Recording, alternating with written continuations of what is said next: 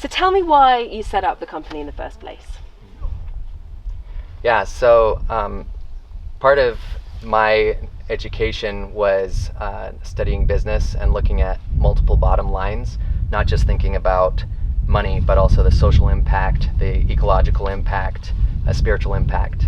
And I heard about this opportunity in Morocco with a travel agency to help people with disabilities, not just do general tours. And that immediately resonated with me. A big reason for that was because cultures all around the world, people with disabilities are often marginalized, and people consider it like, oh, poor thing type of an attitude. And we wanted to bring change to that by uplifting through our business. And so for people to see in Morocco that someone in a wheelchair can come and do these amazing and crazy things just inspires them. And at its heart, it's about showing love to people. And so that's really core to what we're about. Okay. So did you have any lived experience with disability before you decided to come over here and kind of dive into this world of tourism? Yeah, so I'll let Jeremy share some of his story with that first. Yeah, when I was in college, I actually worked for a camp with kids with disabilities. Okay. And so I had an opportunity to share love with them, but also show them what was not possible is actually possible. You know, taking people through ropes courses and all of those kinds of things. And so that was a part of the kind of the drive for us, is just seeing how joy changes perspective. And it makes something that was impossible possible, and changing mindset. And that was such a huge part of our kind of our drive for this company as well.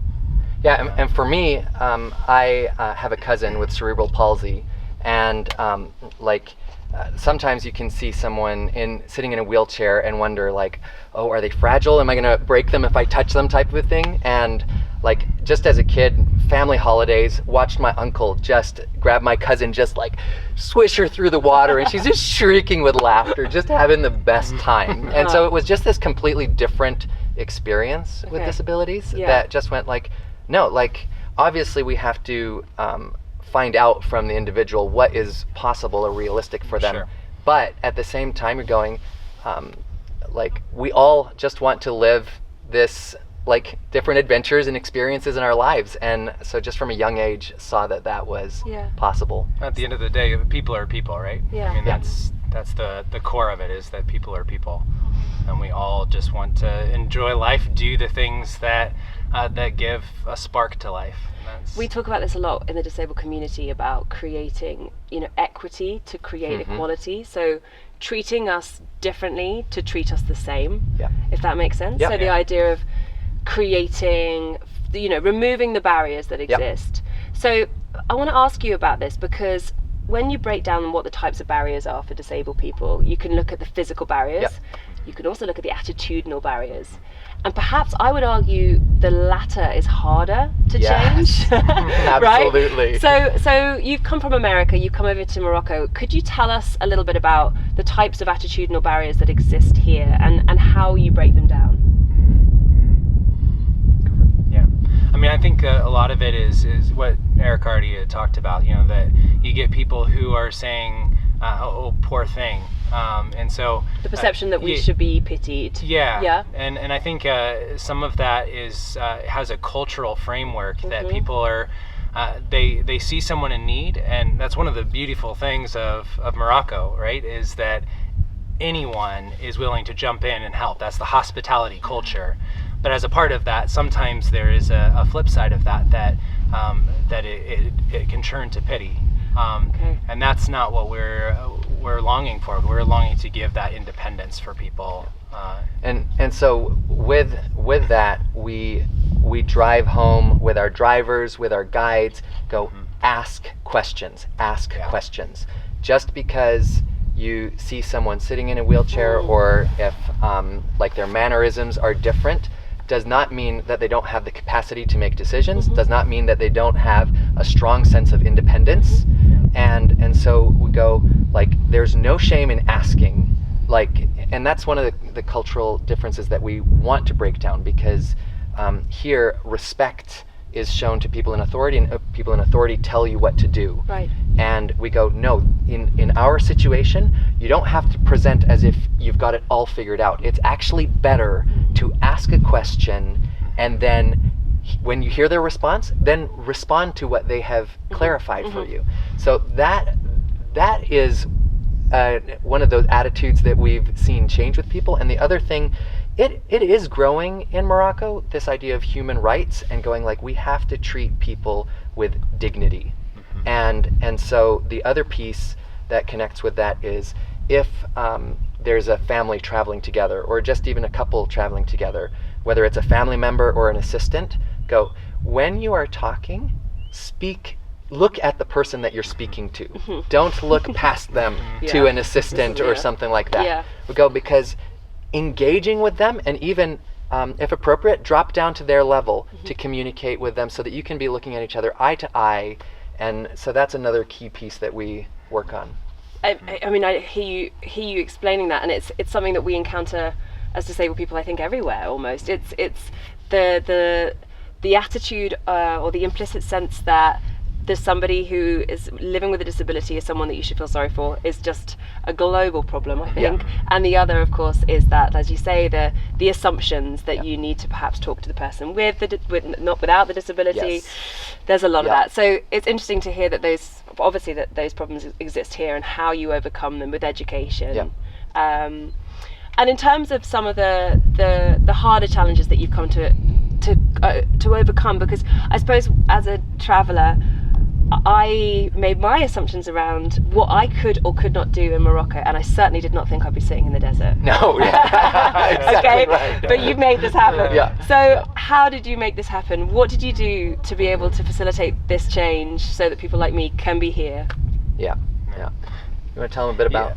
I mean, it started with just, when we thought about this company, we thought, how can we make something that is just quintessential Morocco happen? Right. Everybody who comes to Morocco, their thought is, I want to be on a camel in a desert. Yeah. So that's really where it started from, right? And I think that a lot of it was just saying, we have a dream, we have this vision. Well, I guess let me butt it in. It started with going, where are there accessible hotel rooms, and what kind of adapted transport can we have? But that was very quickly, we realized we can't just, that's starting from the low-hanging fruit.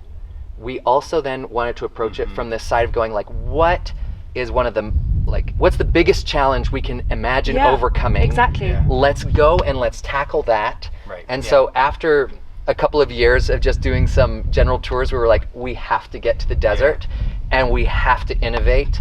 And that's where this adapted camel saddle was born from. Okay, tell me about the camel saddle. I need to understand how you did that. How did that happen? I cannot wait to try it. Well, I mean, what was so awesome about that is that we had this collaboration that was well more than just he and I. It was the camel handlers here in the desert.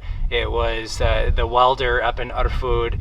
It was the two of us. I'm a doctor of physical therapy. He has some mechanical background in aircraft mechanic, and so all of these things coming together just made it really possible for us to look at different angles of it. So there were crazy things like going, okay, I just can't not use my core. So how can we envision getting up on a camel, getting off of a camel? And so we loaded my backpack as heavy as we could get it. So I was just really sitting there. And then he was standing there and going you may not hold the handles on the camel saddle. You just cheating. have to sit here. That's cheating. I was you can't cheat. You're not allowed to cheat. So let me say, so you decided that the biggest challenge was we need to be able to enable disabled people to get on a camel and get out there into the desert. So you decided to go and innovate and create a saddle.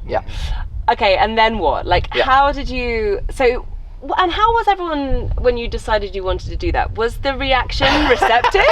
Or were people kind of who are these people? What are they trying to do here? What was it like?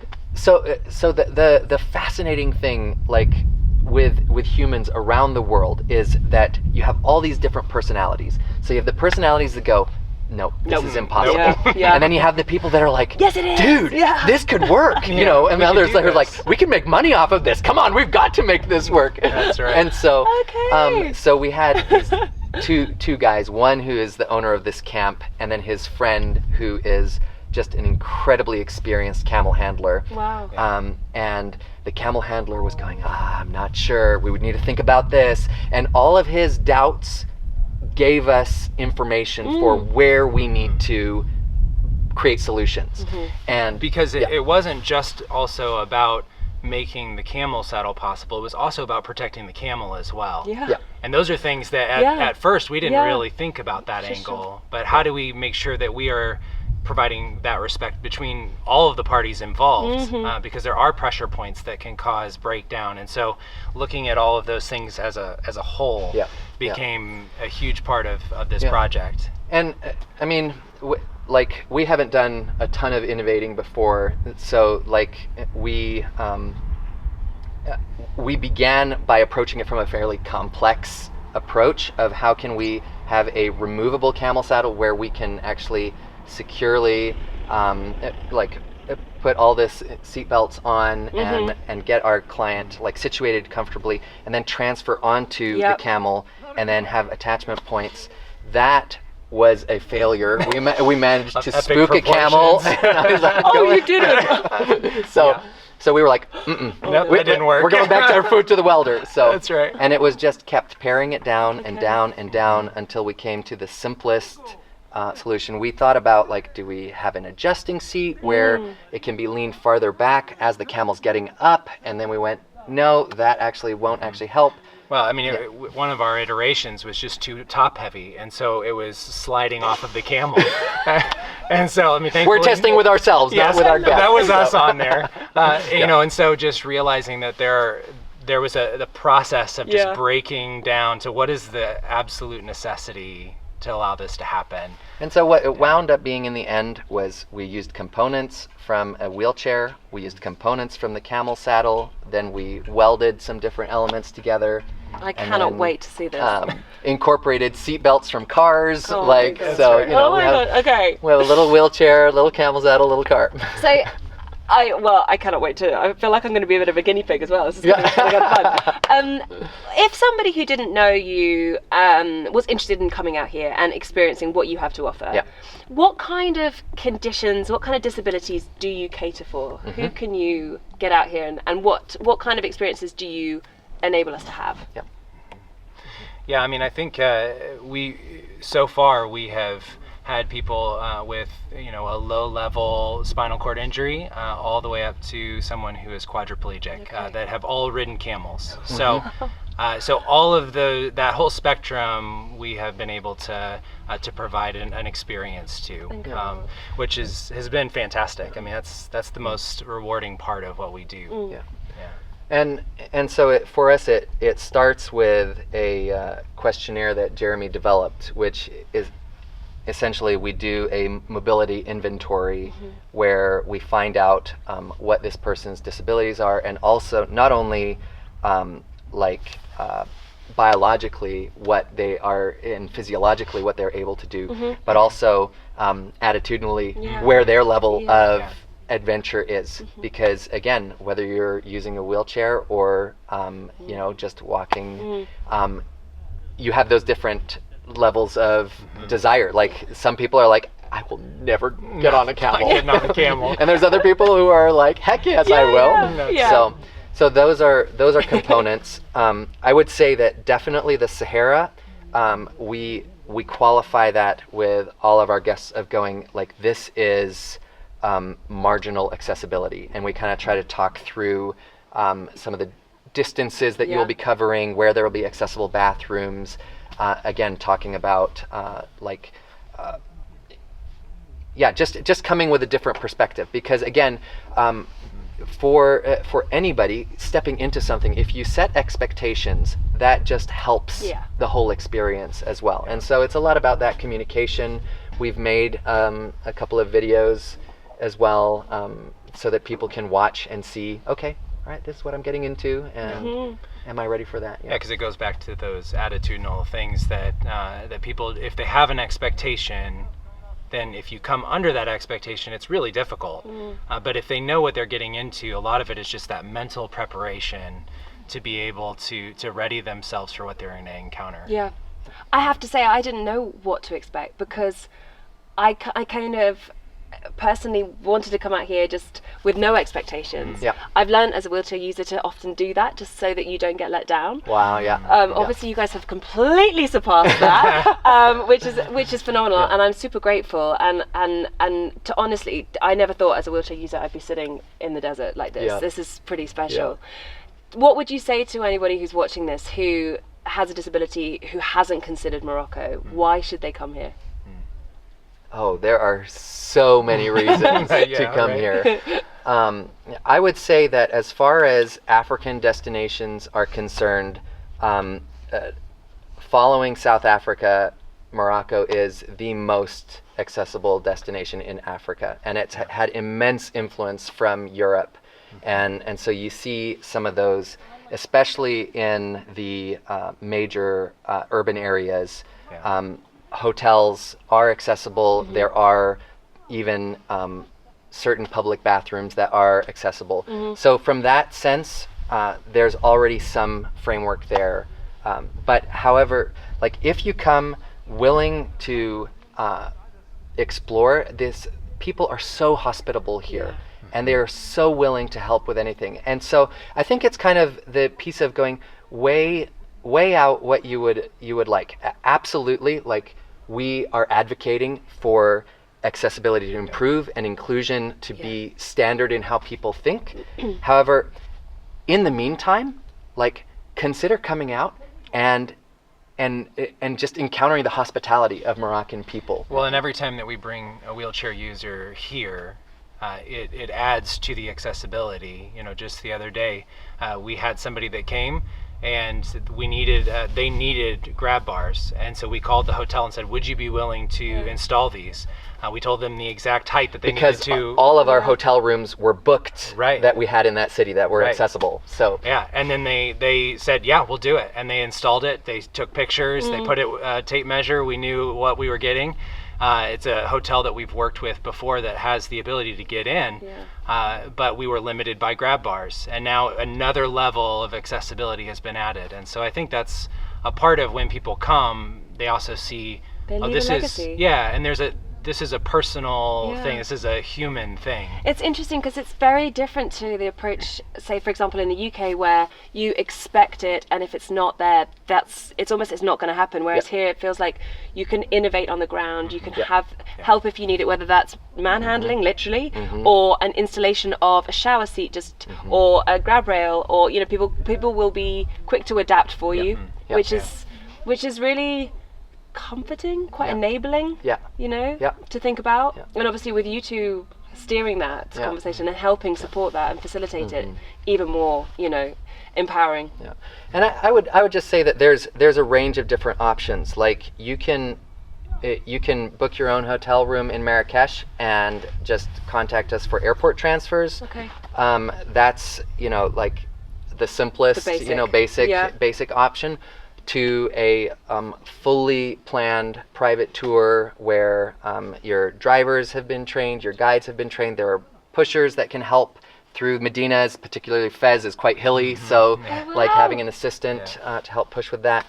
But we have rental equipment available for people if they're worried about bringing a power wheelchair, traveling and those kind of things. So ask questions and let us know what your needs are. Amazing. And we'll work with it. Awesome. Amazing. Wow. Well, thank you. It's such a privilege to meet you both. Thank you for everything you're doing. It's brilliant. It's our pleasure. And now I just got to go and check on that camel now. I'm kind of like, oh my God, it's going to be amazing. Sick. Yeah. Well, let's have some tea. Yes. Okay. Let's do it.